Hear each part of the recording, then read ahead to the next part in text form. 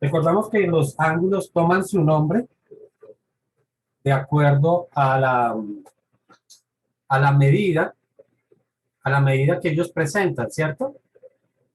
Y todos están básicamente planteados sobre un ángulo de 90 grados. Entonces, ¿por qué el ángulo de 90 grados es tan importante? Y lo que decía, los nombres de los ángulos se basan precisamente en la comparación de los 90 grados. Entonces, ¿qué será eso? ¿O qué será lo importante del ángulo de 90 grados para que lo tengamos en cuenta? Pues básicamente son dos aspectos. El primero tiene que ver con que es un ángulo natural, es un ángulo se forma naturalmente.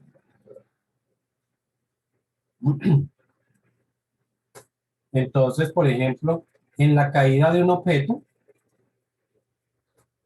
la caída de los objetos,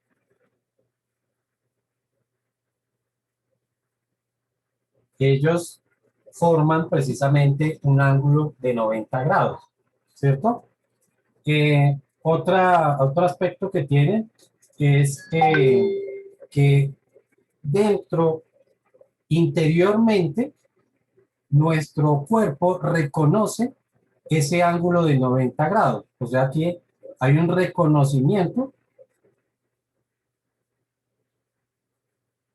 natural del ángulo. Y eso lo podemos evidenciar cuando, por ejemplo, nosotros colgamos un cuadro. Des en cuenta que uno no necesita eh, ningún instrumento de medición para saber si un cuadro está bien ubicado, ¿cierto? Basta con que nosotros lo miremos y ya podemos identificar que el cuadro efectivamente está derecho, ¿cierto? Entonces hay un reconocimiento natural de ese ángulo. Y la otra característica que tiene el ángulo de 90 grados es el ángulo que forma mayor resistencia. Por eso ustedes verán que las construcciones siempre van a formar ángulos de 90 grados. Entonces uno ve una pared, uy, esa pared me quedó como torcida,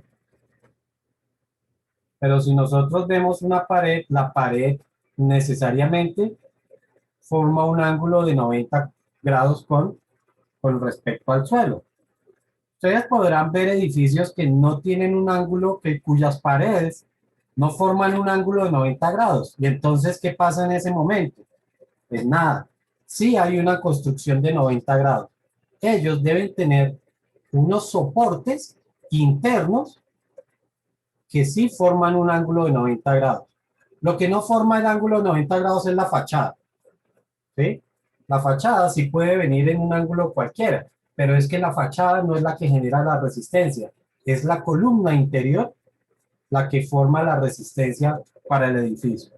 ¿Ok? Entonces, son ejemplos de situaciones donde tenemos ángulos de 90 grados porque presentan la mayor resistencia. ¿Alguna pregunta hasta ahí? Profe, perdón, ya llegué. Ah, ok. ¿Quién habla? Isaac, Ah, ya, ya, sí te vi entrando. Espérate, a ver que te quitamos esa falla. Isaac Newton, ¿cierto? sí, sí, ya.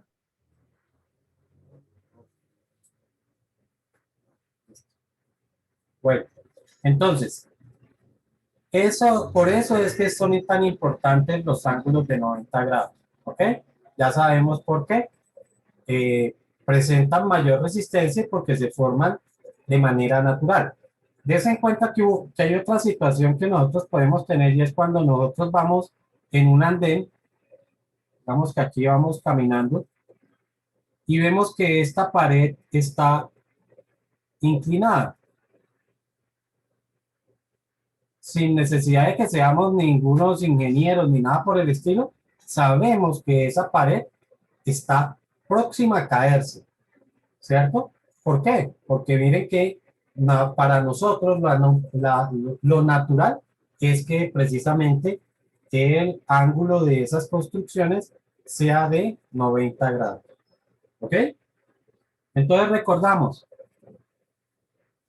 ¿cómo llamamos precisamente a un ángulo de 90 grados?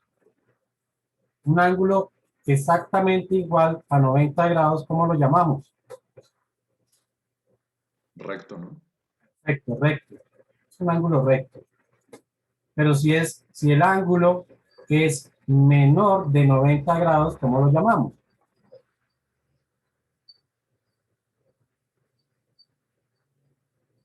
Agudo. Agudo. Si el ángulo es mayor de 90 grados,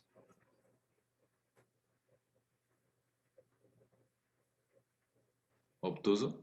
obtuso. Si el ángulo es exactamente igual a 180 grados, Llano. llano. Esos son los nombres típicos de los ángulos que nosotros reconocemos. ¿Ok? Bueno, con los ángulos, nosotros entonces empezamos a formar las figuras planas.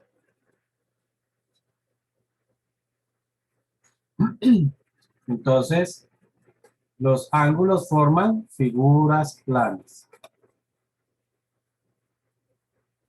Y ya sabemos que las figuras planas toman su nombre de acuerdo a la cantidad de ángulos o lados que ellas tengan. La primer figura plana, ¿cómo se llama? Triángulo. Triángulo. Que ya sabemos que tendrá 3 lados y 3 ángulos. La segunda figura, Cuadrado. bueno, el cuadrado es un caso particular. En general se llaman cuadriláteros.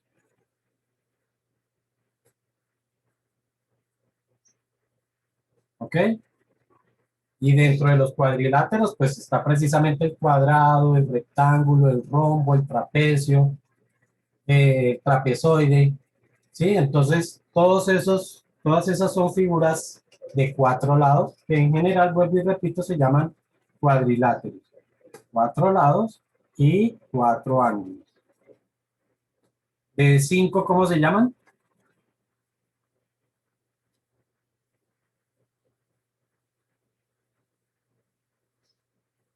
Hexágonos. Pentágono. Pentágonos. Exacto. Después sigue el hexágono, heptágono, octágono, nonágono, decágono, y de ahí en adelante todas esas figuras planas. Sin entrar en detalle, pues sabemos que cualquier figura plana siempre la vamos a poder dividir en pequeños triángulos. De hecho, la última figura plana, de acuerdo a la cantidad de lados, ¿cuál sería?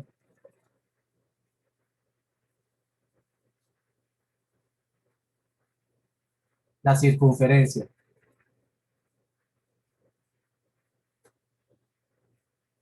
Y se estima la circunferencia como una figura plana de infinitos lados e infinitos ángulos.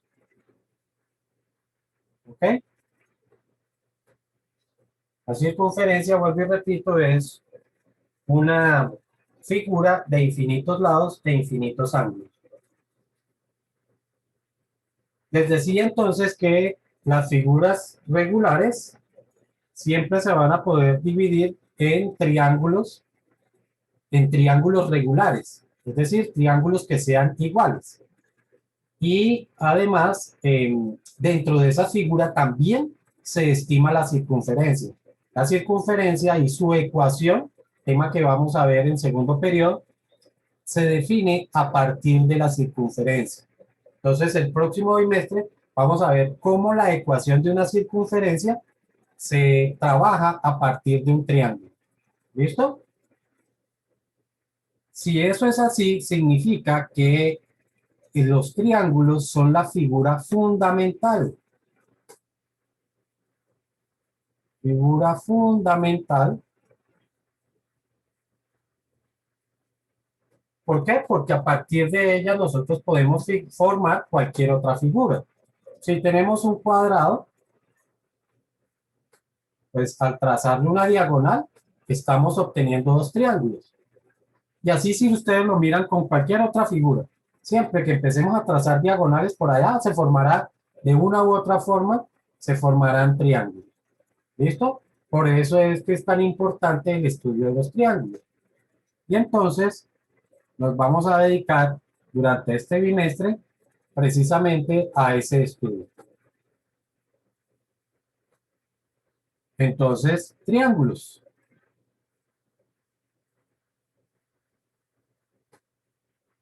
Recordamos que los triángulos toman su nombre de acuerdo a, a la medida de sus ángulos o a la relación de sus lados. ¿Ok? En el primer caso hablamos estrictamente de medidas porque solamente me interesa la medida, mientras que en el otro lo que hace es comparar los lados. Ahí no me interesa qué tan, que si mide 10, que si mide 20. Ahí lo que me interesa es comparar los unos con respecto a otros. Con respecto a medida de ángulos, entonces sabemos que tenemos el primer caso, que es cuando tenemos un ángulo de 90 grados. Entonces, si tiene un ángulo igual a 90 grados. Tiene un ángulo exactamente de 90 grados. ¿Cómo se llama? Rectángulo. Rectángulo, sí señor.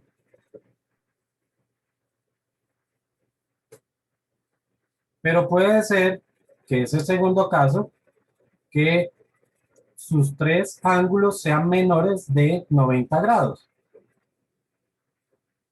Tres ángulos menores de 90 grados. ¿Cómo se llama?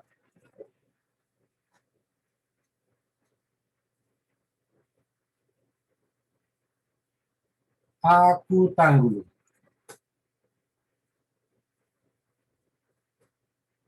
O el tercer caso, que es si tiene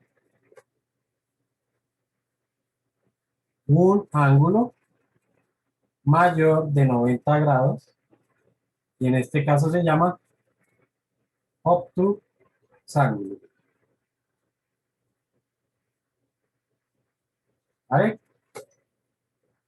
Con respecto a la relación de los lados, entonces puede ser que los tres lados sean iguales. Bueno, primer caso. Primer caso, tres lados iguales. Y ese se llama, ¿cómo se llama ese?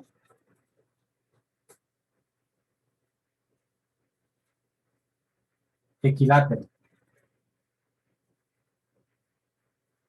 Equilátero. El segundo caso, si tiene dos lados iguales,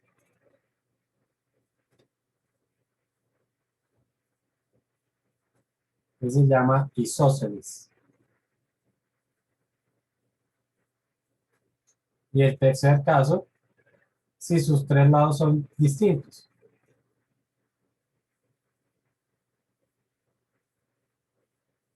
Y en ese caso se llama escaleno. ¿Ok? Un triángulo puede tomar su nombre por una condición o por la otra. Por ejemplo, si yo tengo este triángulo acá, bien hechicito, bueno, ese triángulo, si tiene un ángulo de 90 grados, que por cierto, vamos a anotar los ángulos de 90 grados de esta forma, con una cajita cuadrada. Si tiene un ángulo de 90 grados, pues ya será rectángulo. Pero a su vez, ustedes vean que tiene dos lados iguales. Este lado de acá es igual a este lado de acá. Por lo tanto, también cumple la condición de ser isósceles. Así que ese es un triángulo rectángulo, pero a la vez es isósceles. ¿Ok? Si yo tengo este triángulo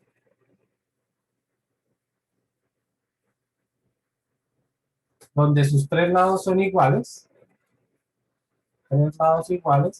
entonces por los lados es equilátero, pero por sus ángulos es acutángulo. Todos sus ángulos son menores de 90 grados. ¿Ok? ¿Será que podemos tener un triángulo que sea escaleno y a la vez rectángulo? Claro. Vamos a tener un triángulo como este, donde sus tres lados tienen distintas medidas y además tiene un ángulo de 90 grados. Entonces, este sería escaleno y a la vez rectángulo. ¿Ok?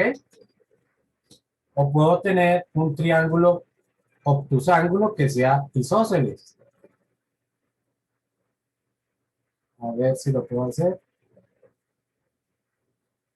Este ángulo aquí mide más de 90 grados. Y este lado es igual a este otro lado. Entonces, eso sería un isósceles obtusángulo. ¿Vale?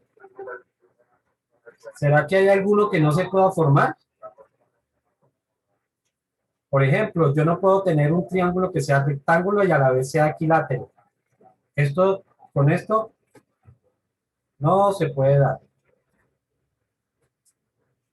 No puede existir un triángulo rectángulo que a la vez sea equilátero. ¿Vale? ¿Alguna pregunta hasta ahí? No, profe. Igual, no puedo tener un triángulo que sea acutángulo y a la vez sea equilátero. Esto no se puede dar. El único triángulo equilátero tiene que ser miércoles. Aquí me embarré. No, no, no, no, no. Esto no es. El que no puede ser es equilátero y obtusángulo. Este es el que no se puede dar. Este no. Este sí. Todo triángulo equilátero siempre es acutángulo. Siempre. Ese sí se tiene que dar siempre. ¿Listo? Bueno.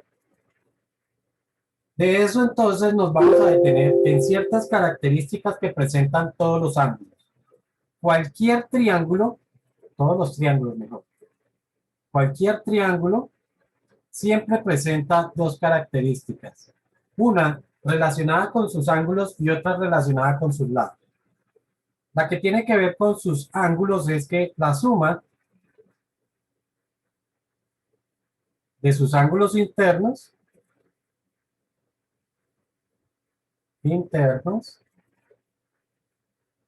sencillamente vamos a decirle sus ángulos, debe dar 180 grados exactamente. Ni un poquitico más, ni un poquitico menos. Ya sabemos que serán grados sexagesimales. O lo mismo, tendrá que medir pi radianes. ¿Ok? Eso si es que acaso empezamos a trabajar por allá en radianes o se presenta algún ejercicio en radianes. La segunda característica tiene que ver con sus lados. De ella se desprenden dos, digamos que dos consecuencias. Una, la suma de dos lados siempre será mayor que el tercer lado. Que el tercer lado.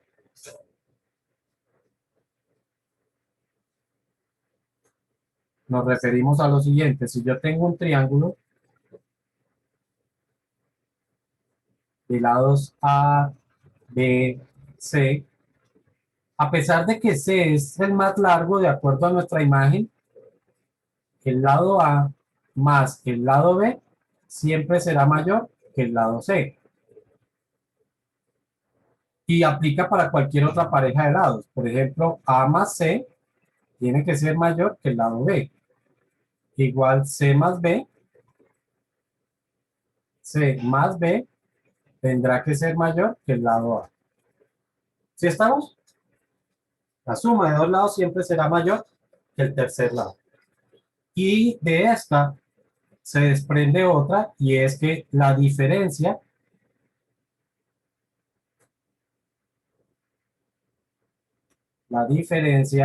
de dos lados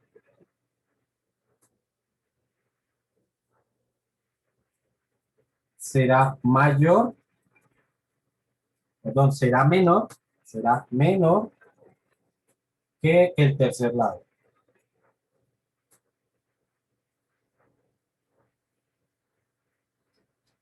Si utilizamos el mismo triángulo, lo que me dice es que A menos B siempre será menor que C. Aquí valga la aclaración que, teniendo en cuenta que esto es una resta, lo debemos colocar en valor absoluto, pues porque eh, ya saben que la diferencia se trabaja siempre como el dato mayor más menos el dato menor. ¿Ok? Y así para cualquier pareja de lados. Entonces, A menos C tiene que ser menor que B.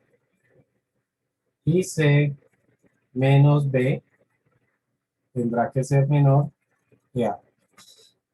¿Listo? Entonces, vamos a ver un pequeño ejemplo a partir de ahí, de esa condición. Dice que un triángulo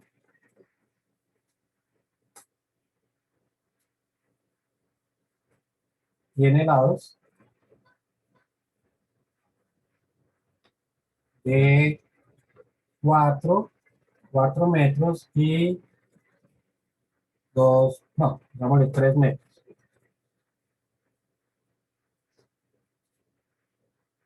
¿Entre qué valores?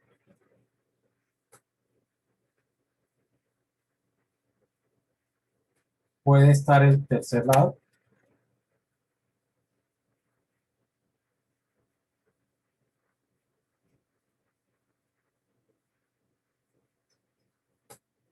Entonces, recordemos las condiciones que se proponen aquí. Voy a llevármelas para el otro lado para que las vean.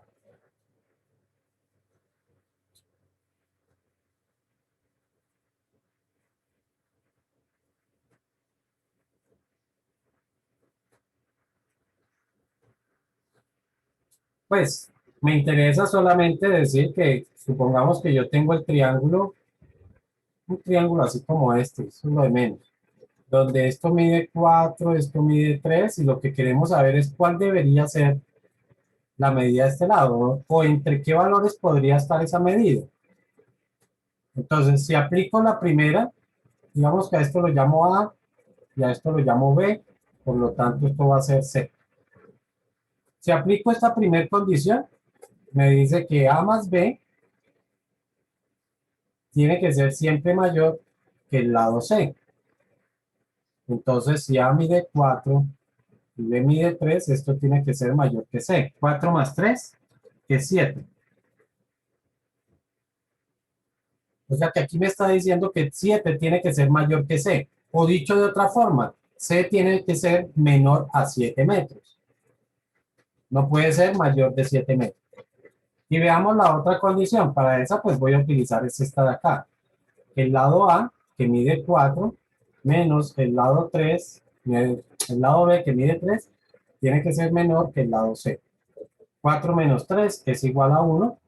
O sea que 1 es menor que C, o dicho a lo contrario, C tiene que ser mayor que 1. Por lo tanto, el lado C tiene que ser mayor a 1, y menor que 7.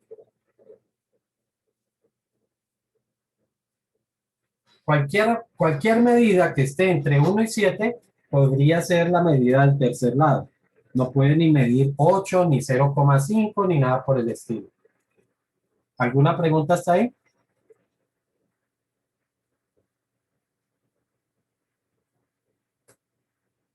Perfecto. Profe, una pregunta. ¿Tienen? O sea, que puede ser cualquiera, o sea, tipo de 2 a 6, cualquiera sirve. Entre 1, de hecho, 1.1 ya me sirve. Y no necesariamente 6, puede ser 6.5. El asunto es que ya no puede, 7 sí ya no puede ser. Ahora sí, Sí, señor, gracias. puede ser cualquier valor. 3.5, 4.8, 6.2, cualquiera de esos valores podría ser. Vale. Como nosotros vimos, los triángulos se clasifican de acuerdo a sus medidas, pues los vimos acá, pero por la forma en que se solucionan esos triángulos, solamente vamos a tener en cuenta si el triángulo es rectángulo. ¿Listo? Si el triángulo es rectángulo, sencillamente va a ser un triángulo rectángulo. Pero si no cumple esa condición, para nosotros sencillamente es un triángulo no rectángulo. ¿Ok? Un triángulo, si no es rectángulo, para nosotros es no rectángulo. Se acabó el problema. No importa cómo lo llamemos adicionalmente. Vuelvo y repito, por la forma en que lo vamos a solucionar. Existe una situación bien particular con los triángulos obtusángulos. Hay unas situaciones cuando lo vayamos a solucionar de las que les voy a hablar, porque ese tipo de triángulos nos puede generar dos resultados y ambos son correctos. ¿Ok? Entonces, cuando estemos allá solucionando triángulos no rectángulos, yo les hablaré de esos problemas que tiene el triángulo obtusángulo, por lo cual puede generar dos resultados distintos y ambos son correctos. ¿Ok? No es que me dé una situación diferente. Tiene que ver más bien con el manejo de la calculadora y las razones trigonométricas, pero todavía no entremos en eso. ¿Ok? Entonces, vamos a empezar a hablar de triángulos rectángulos.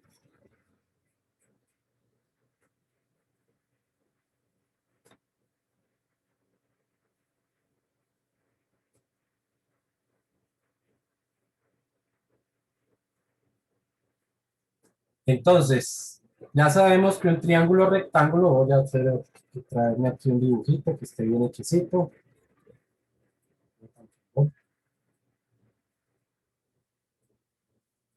Ok, ahí tendríamos entonces un triángulo rectángulo y ya les había dicho que vamos a identificar el ángulo de 90 grados colocándole ese cuadrito ahí. El triángulo, pues ya sabemos que yo lo puedo girar, ¿cierto? Lo podemos girar y el hecho de que yo lo gire no significa que esté cambiando el triángulo. El triángulo seguirá siendo un triángulo rectángulo. ¿Por qué? Pues porque sigue teniendo su ángulo de 90 grados. ¿Cierto? Ok. A los lados que forman el ángulo de 90 grados se les llama, ¿cómo?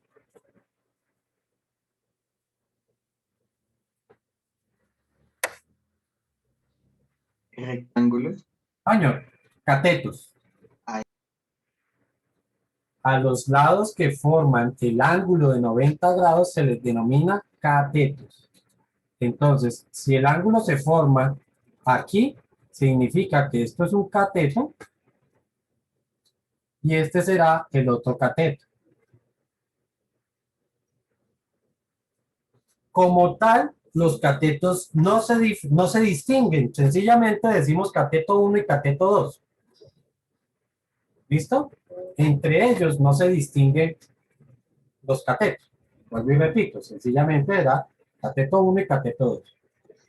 Y al lado opuesto al ángulo de 90 grados lo llamamos hipotenusa.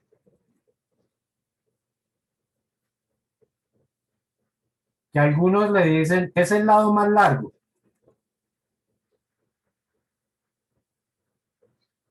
Más largo.